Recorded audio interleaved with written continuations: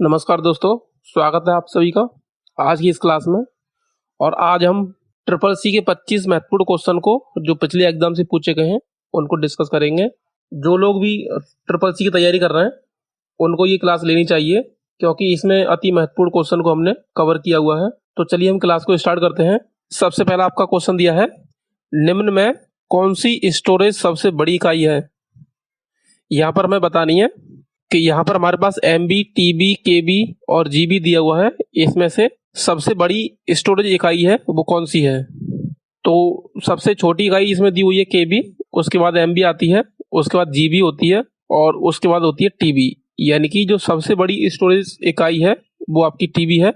Option number B इसका right answer होगा। अगला क्वेश्चन दिया आपका, CDRW क्या है।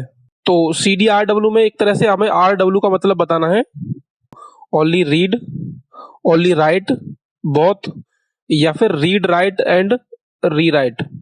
तो CDRW का मतलब होता है कॉम्पैक्ट डिस्क रीराइटेबल, यानी कि ये हमारी जो CD की कैसेट होती है वो रीराइटेबल होती है। नॉर्मली जो CD की कैसेट आती हैं उनको हम एक बार राइट कर सकते हैं, उसके बाद हम दोबारा से उनको राइट नहीं कर सकते, केवल रीड कर सकते हैं।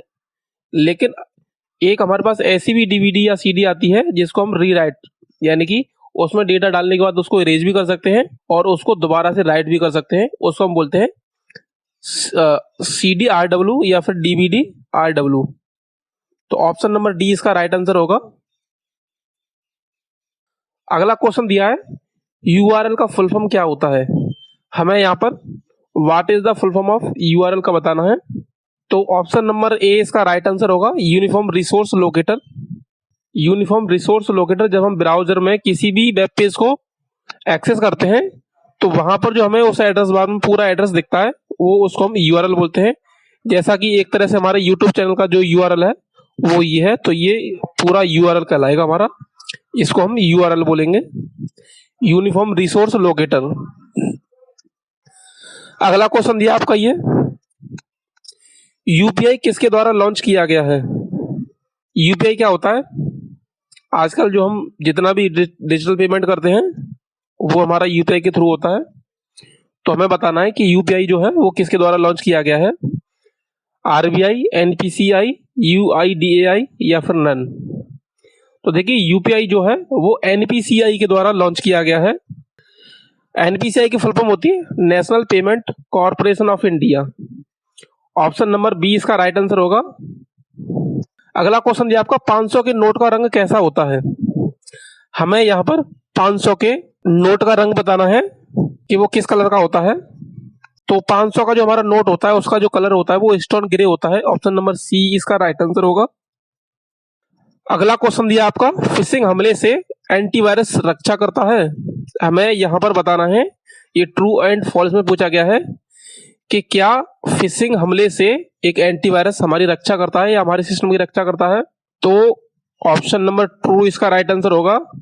यानी कि अगर कोई हैकर हम पे अटैक करता है फिशिंग के माध्यम से, फिशिंग एक क्या है टेक्निक है जो हैकर लोग यूज करते हैं हमारे सिस्टम पे अटैक करने के लिए, तो एंटीवायरस जो है वो उससे हमें प्रोटेक्ट करता है। तो ऑप्शन नंबर ए राइट आंसर होगा, यानी कि ट्रू। अगला क्वेश्चन दिया आपका, परम इज एन एग्जाम्पल ऑफ, यानी कि परम एक उदाहरण है। परम किसका उदाहरण है। तो परम क्या है, एक सुपर कंप्यूटर का नाम है परम। तो ऑप्शन नंबर बी इसका राइट आंसर होगा। परम क्या है, एक सुपर कंप्यूटर है। अगला क्वेश्चन दिया है, विच command is used for file comparison, यानी कि फाइल तुलना के लिए कौन सी कमांड प्रयुक्त होती है।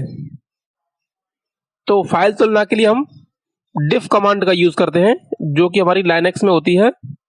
ऑप्शन नंबर बी इसका राइट आंसर होगा।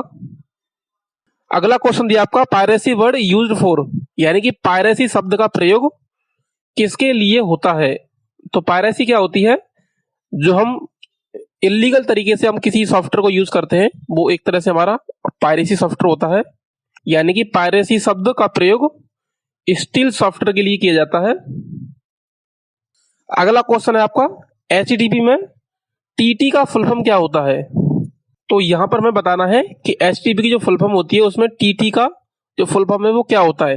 HTTP की जो फुल फॉर्म होती है हाइपर टेक्स्ट ट्रांसफर प्रोटोकॉल होती है। तो TT का मतलब transfer text transfer, hyper text transfer. तो ऑप्शन नंबर सी इसका राइट आंसर होगा, हाइपर टेक्स्ट ट्रांसफर प्रोटोकॉल। तो यहां पर हमसे केवल TT की फुल फॉर्म पूछी गई है, तो टेक्स्ट ट्रांसफर इसका राइट आंसर होगा।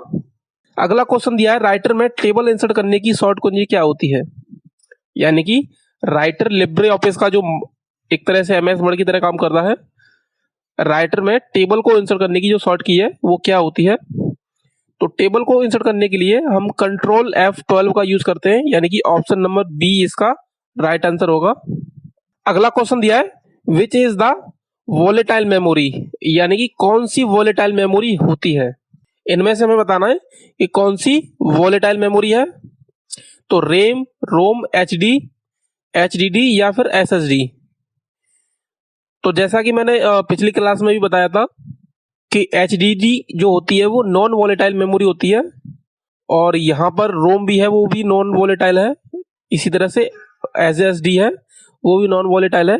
लेकिन रेम जो होती है वो वोलेटाइल मेमोरी होती है, क्योंकि जब तक इसको पावर मिल रही होती है तब तक इसमें डेटा स्टोर होता है, और जैसे ही इसको पावर मिलना बंद हो जाती है इसमें से डेटा जो है इरेज हो जाता है।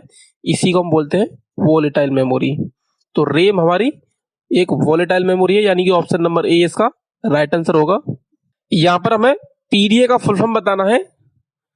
PDA का फुल फॉर्म ऑलरेडी दिया है इसमें, और वो हमें बताना है कि ये ट्रू है या फॉल्स है। तो PDA का फुल फॉर्म यहाँ पे पर्सनल डिजिटल असिस्टेंट होता है, तो हमें बताना है ट्रू या फॉल्स। ऑप्शन नंबर बी इसका राइट आंसर होगा, यानी कि ट्रू। जो PDA का फुल फॉर्म होता है पर्सनल डिजिटल असिस्टेंट। अगला क्वेश्चन दिया आपका, PDF का फुल फॉर्म क्या होता है। तो यहां पर हमें PDF का फुल फॉर्म बताना है। PDF का full form portable document format होता है, यानी कि ऑप्शन नंबर बी इसका राइट आंसर होगा। अगला क्वेश्चन दिया है, how many digit are there in MMID, यानी कि MMID में कितने डिजिट होते हैं। MMID क्या होती है, जब भी हम मोबाइल बैंकिंग यूज करते हैं तो वहां पर डिजिटल पेमेंट करने के लिए हमें एक MMID जनरेट करनी पड़ती है, उससे हम डिजिटली पेमेंट कर सकते हैं। तो मोबाइल बैंकिंग में ये यूज होती है। तो MMID में आपके 10 डिजिट होते हैं, ऑप्शन नंबर ए इसका राइट आंसर होगा। अगला आपका क्वेश्चन दिया है, minimum amount in RTGS can be transfer, यानी कि RTGS से न्यूनतम कितना अमाउंट भेज सकते हैं। RTGS पैसे ट्रांसफर करने की एक बैंक की स्कीम होती है। RTGS की फुल फॉर्म होती है रियल टाइम ग्रॉस सेटलमेंट। तो RTGS के माध्यम से हम कम से कम 2 लाख का अमाउंट भेज सकते हैं, या 2 लाख से ज्यादा, यानी कि इसकी जो मिनिमम क्राइटेरिया होता है वो 2 लाख होता है, यानी कम से कम हम इससे 2 लाख रुपए ट्रांसफर कर सकते हैं RTGS के द्वारा। अगला क्वेश्चन दिया आपका, व्हाइट हैट हैकर्स तथा ब्लैक हैट्स हैकर का मिश्रण जाना जाता है। तो हमें बताना है कि व्हाइट हैट हैकर और जो ब्लैक हैट हैकर होते हैं उन दोनों को मिला के किस नाम से उसको जाना जाता है। तो option number A ethical hacker, option number B है आपका unethical hacker, option number C है ग्रे हैट हैकर्स, और ऑप्शन नंबर डी है none of these. White hat hacker और ब्लैक हैट हैकर, इन दोनों को मिला के जो वर्ड बनता है वो ग्रे हैट हैकर्स बनता है, यानी कि ग्रे हैट हैकर्स के नाम से इनको जाना जाता है। तो ऑप्शन नंबर सी इसका राइट आंसर होगा। अगला क्वेश्चन ये आपका, हम लिब्रे ऑफिस में किसे प्रेस करके साइड बार को हटा सकते हैं। यानी कि हमसे पूछा गया है कि लिब्रे ऑफिस में हम किस शॉर्ट कुंजी का यूज करके साइड बार को हटा सकते हैं। तो ऑप्शन नंबर बी इसका राइट आंसर होगा, कंट्रोल F5। अगला क्वेश्चन है आपका, लिब्रे ऑफिस राइटर में डिफॉल्ट फॉन्ट नेम क्या होती है। हमें यहाँ पर लिब्रे ऑफिस राइटर में डिफॉल्ट फॉन्ट नेम बताना है। तो हमारा जो डिफॉल्ट फॉन्ट नेम होता है वो लिबरेशन सेरिफ होता है, यानी ऑप्शन नंबर ए इसका राइट आंसर होगा। अगला क्वेश्चन दिया आपका, NUUP का फुल फॉर्म या NUUP का पूरा नाम क्या है। ये पिछली क्लास में भी क्वेश्चन आया था, तो ज्यादा लोगों को पता ही होगा। नेशनल यूनिफाइड USSD प्लेटफॉर्म इसकी फुल फॉर्म होती है। तो ऑप्शन नंबर ए इसका राइट आंसर होगा।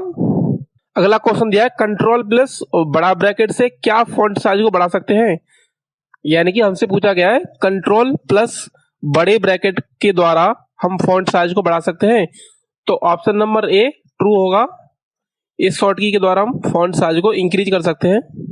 अगला क्वेश्चन दिया है और ये जो क्वेश्चन है वो पीछे की क्लास से रिपीट है। Ubuntu टच क्या है? तो जैसा कि मैंने बताया था Ubuntu टच क्या है, एक मोबाइल ऑपरेटिंग सिस्टम है। तो ऑप्शन नंबर बी इसका राइट आंसर होगा। अगला क्वेश्चन दिया है इम्प्रेस में मिनिमम जूम साइज कितना होता है। यानी कि इम्प्रेस जो होता है उसमें हम कम से कम जूम साइज कितना रख सकते हैं। तो ऑप्शन नंबर ए इसका राइट आंसर होगा 5%। अगला क्वेश्चन दिया है सब स्क्रिप्ट के लिए किस शॉर्ट कुंजी का प्रयोग करते हैं। सब स्क्रिप्ट क्या होता है, जैसे मैं कोई केमिस्ट्री का फॉर्मूला लिखूं H2O, तो जो हम ये 2 को नीचे लिखते हैं इसको हम बोलते हैं सब स्क्रिप्ट। तो इस तरह से लिखने के लिए हम किस शॉर्ट कुंजी का यूज करते हैं, ये लिब्रे ऑफिस से पूछा गया है। कंट्रोल शिफ्ट प्लस बी इसकी शॉर्ट की होती है, कंट्रोल शिफ्ट प्लस बी, यानी कि ऑप्शन नंबर बी इसका राइट आंसर होगा। अगला क्वेश्चन दिया आपका लिब्रे ऑफिस में हेल्प के लिए कौन सी शॉर्ट कुंजी यूज होती है। तो यहाँ पर हमारे पास ज्यादातर सॉफ्टवेयर में जो हेल्प के लिए कुंजी यूज होती है यानी शॉर्ट की यूज होती है वो F1 होती है। और यहाँ पर ये आंसर इसका गलत है, इसमें नहीं दी हुई है, लेकिन इसको हम F1 मान लेते हैं। यहाँ पर F की जगह H हो गया है, तो इसको हम क्रॉस करते हैं, ये हमारी F1 है। तो सभी सॉफ्टवेयर में जो हमारी हेल्प की कुंजी होती है यानी हेल्प के लिए हम शॉर्ट की यूज करते हैं वो F1 यूज करते हैं। तो ऑप्शन नंबर सी इसका राइट आंसर होगा। इसी के साथ हमारी ये क्लास है वो आज की खत्म होती है। अगर आपको क्लास अच्छी लगी तो इस क्लास को लाइक करें और अपने दोस्तों में भी शेयर करें जो लोग ट्रिपल सी की तैयारी कर रहे हैं। मिलते हैं आगे की क्लास में, तब तक के लिए टेक केयर।